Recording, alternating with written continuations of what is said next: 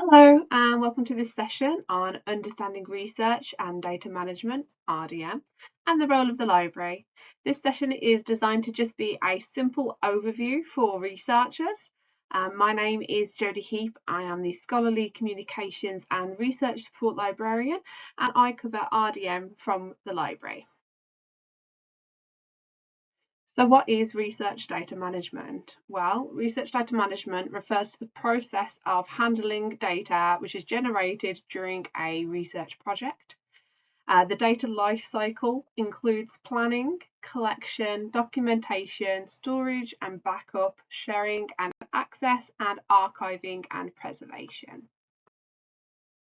Why RDM matters? Well, good RDM ensures that data is organised, secure, accessible and reusable. The benefits of this is that it increases integrity and transparency in the research process. It facilitates reproducibility, and importantly, it meets funder and legal requirements.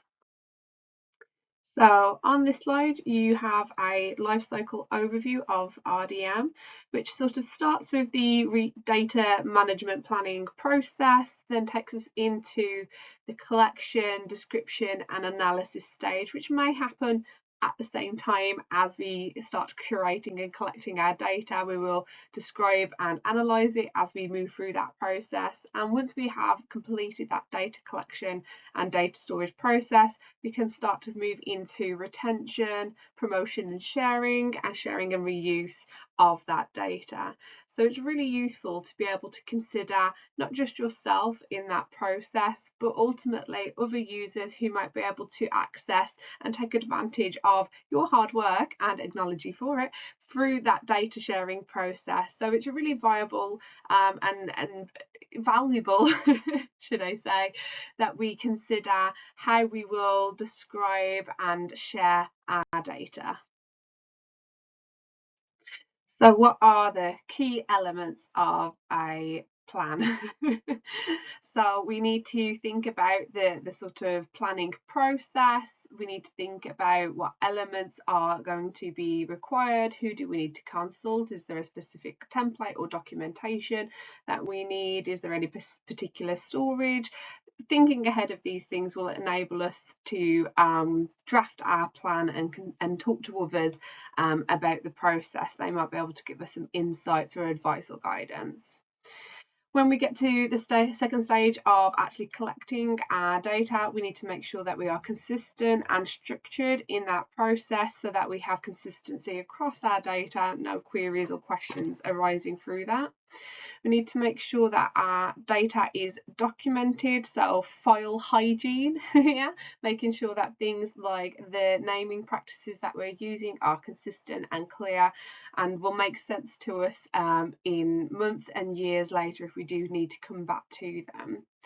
We also need to make sure that we have our data stored in a good place and backed up in a secure manner that is reliable.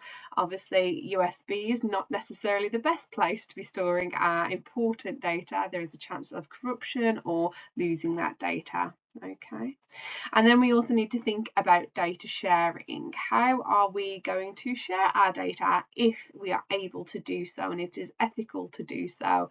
So thinking about our ethical implications, how open or closed are we able to make our data, and what licenses might we want to apply to the copyright elements of our data sharing.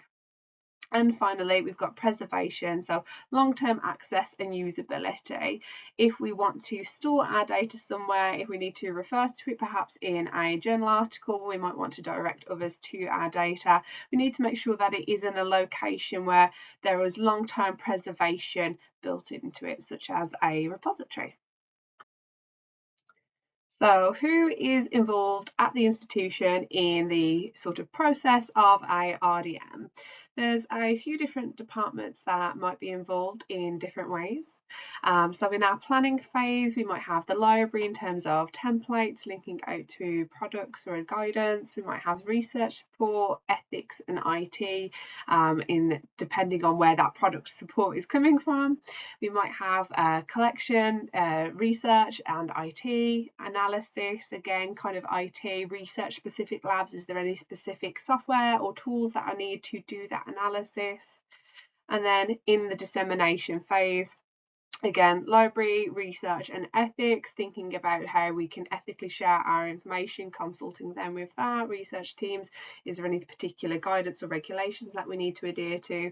And then finally, in that preservation phase, library, IT, and again, the research office working together to make sure that you are able to deposit your information where it is most suitable to do so and to have the support that you need. So it is a multi-department activity in creating a suitable data management plan. In the planning phase, the library can assist you with pointing you to such tools as templates that exist that are freely available, or specific tools if we have some at the institution.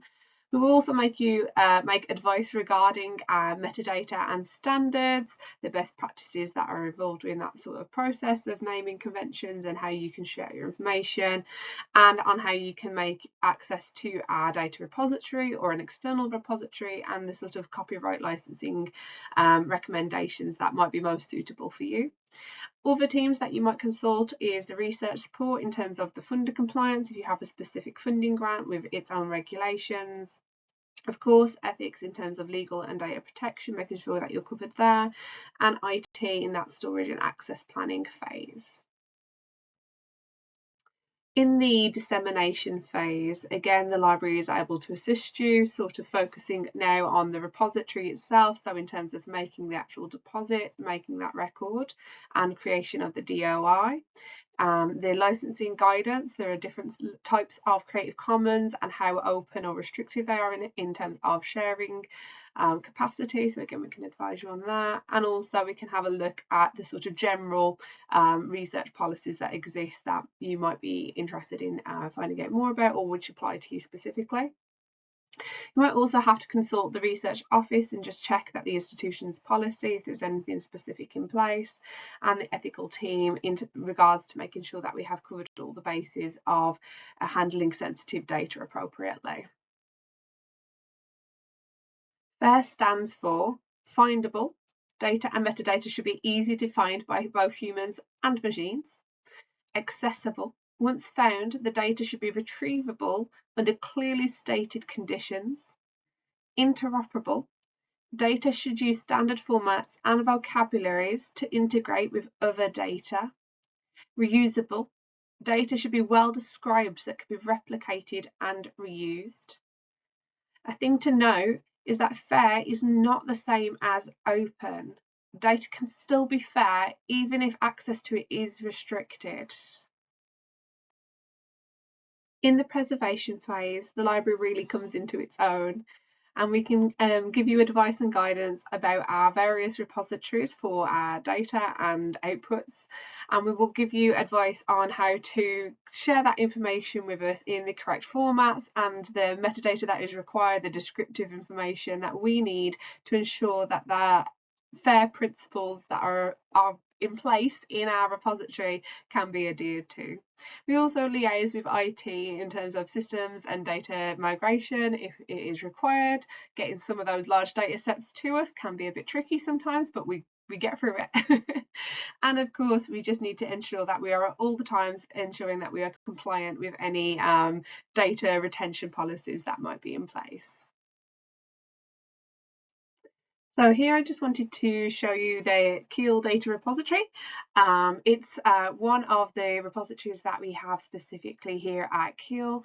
It is entirely viable to use external data repository systems. Some that are subject specific is quite common in industry, but we do have our very own one here, and it might be equally as suitable for your needs. Keele's data repository is a secure platform for storing, sharing and preserving research data. So if you have any questions, let me know. As already discussed, the process of creating a research data management plan will intersect with different departments at the institution. So as a librarian, I can manage and support aspects such as data sharing, metadata, the repository deposit, and licensing and preservation. But anything else that is technical, ethical, or funder specific will be passed on to the specific departments that deal with those areas.